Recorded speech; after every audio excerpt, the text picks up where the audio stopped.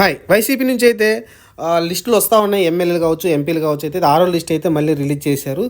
ఈ లిస్టులో వచ్చేసి కొంతమందికి అయితే ఎమ్మెల్యేలు, కొంతమంది ఎంపీలను అయితే అనౌన్స్ చేశారు. ఇక్కడైతే ఓవరాల్ చూసుకుంటే ఇప్పటివరకు 67 ఎమ్మెల్యే సీట్లు, అలానే 18 పార్లమెంటు అంటే ఎంపీ సీట్లు అయితే అనౌన్స్ చేశారు ఇప్పుడు వైసీపీ నుంచి అయితే.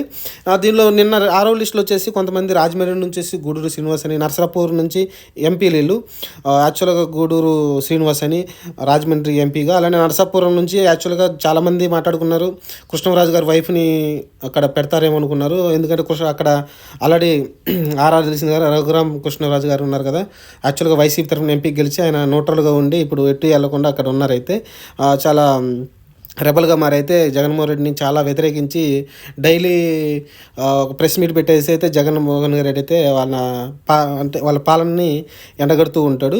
ఈ నరసాపురం నుంచి అయితే ఒక మహిళని అయితే తీసుకొచ్చాడు, ఉమాబాలని, గూడూరి ఉమాబాలని అయితే తీసుకొచ్చి పెట్టారు. మరి ఈమె లేడీస్ని పెట్టారు, ఏదో ఫెమిలియర్ ఫేస్ని పెడతారు అనుకుంటే లేడీస్ని పెట్టారు రఘురామ కృష్ణమీన అయితే. ఇది ఒక వ్యూహం అనుకోవచ్చు. అలానే గుంటూరు నుంచి వచ్చి ఉమారెడ్డి రమణ గారు, అలానే చిత్తూరు నుంచి స్థానం రెడ్డప్పని ఇచ్చారు. ఇలా అయితే ఇంక అసెంబ్లీలో చూద్దాం. అసెంబ్లీ వచ్చేసి గిద్దలూరు అసెంబ్లీకి వచ్చేసి నాగార్జున రెడ్డికి ఇచ్చారు. యాక్చువల్గా దీనికి అన్నా రాంబాబు అని ఉన్నాడు, అతను ఇంతకుముందు ఎమ్మెల్యేగా సిట్టింగ్ ఎమ్మెల్యే, అతనైతే మార్కపురానికి మార్చారు ప్రస్తుతం ఇన్ఛార్జిగా అయితే అన్నా రాంబాబుని. అక్కడ మరి నియోజకవర్గంలో ఎలాంటి మరి ఆయనకి ఎక్కువ పట్టు గ్రిప్ లేదనుకుంటాను, అందువల్ల అయితే మార్చారు, ప్లేస్ రీప్లేస్మెంట్ చేశారు అంతే. గిద్దలూరు ఎమ్మెల్యేగా ఉన్న అన్న రాంబాబుని తీసుకొచ్చి మార్కాపురం అసెంబ్లీకి ఇన్ఛార్జిగా అయితే వేశారు. ఇంకా అలానే ఎమ్మిగనూరు బుట్ట రేణుక్ గారు కూడా మళ్ళీ ప్లేస్ సంపాదించుకున్నారు. ఆమె టీడీపీలోకి వెళ్ళి పోవడం, మళ్ళీ రావడం ఏమికి రెగ్యులర్గా అలవాటు, కానీ కొంచెం క్యాష్ పార్టీ ఏమో కొంచెం డబ్బులు గట్టిగానే ఉంటాయి దగ్గర, అలానే ఆమెకి ఇవ్వడం చూసాం. ఇంకా బుట్ట రేణుక్ గారు ఇచ్చారు. నెల్లూరు వచ్చేసి నారాయణ స్వామికి ఇవ్వడం చూసాం. మైలవరం తిరుపతిరావుకి ఇవ్వడం చూసాం.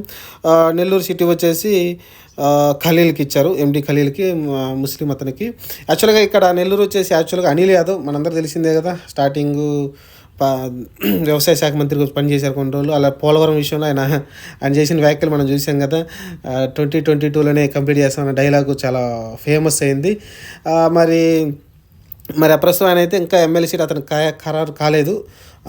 ఇప్పుడు ఏమో సైలెంట్ కూడా ఉంటున్నాడు. మరి ఎమ్మెల్యే సీటు ఎక్కడి నుంచి ఇస్తారు మరి చూడాలి. మరి ప్రస్తుతానికి అయితే నెల్లూరుకి అయితే ఎండి ఖలీల్ గారికి అయితే ఇవ్వడం చూసాం. ఇది ఓవరాల్గా మొత్తం అయితే మనం చూస్తే ఫస్ట్ జాబితాలో 11 నియోజకవర్గాలు, తర్వాత రెండో జాబితాలో 27, మూడో జాబితాలో 21 అలా ఇచ్చుకుంటూ వచ్చారు. ఇప్పుడు 6వ దాంట్లో అయితే కొంచెం ఓవరాల్గా మొత్తం చూసుకుంటే 6 జాబితాలు 10 మందికి, మొత్తం చూసుకుంటే 67 మంది దాకా ఎమ్మెల్యేలకి అయితే ఇన్ఛార్జీలుగా ప్రకటించారు. అలానే 18 పార్లమెంట్ స్థానాలకైతే ఇన్ఛార్జీలుగా అయితే ప్రకటించారు. ఇంకా చాలా ఉంది, 50% కూడా కాలేదు. ఎమ్మెల్యేలు అయితే ఆల్మోస్ట్ పార్లమెంట్లో అయితే క్లియర్ అయినట్టే, కొంచెం తక్కువ ఎంత 7 సీట్లే ఉన్నాయి.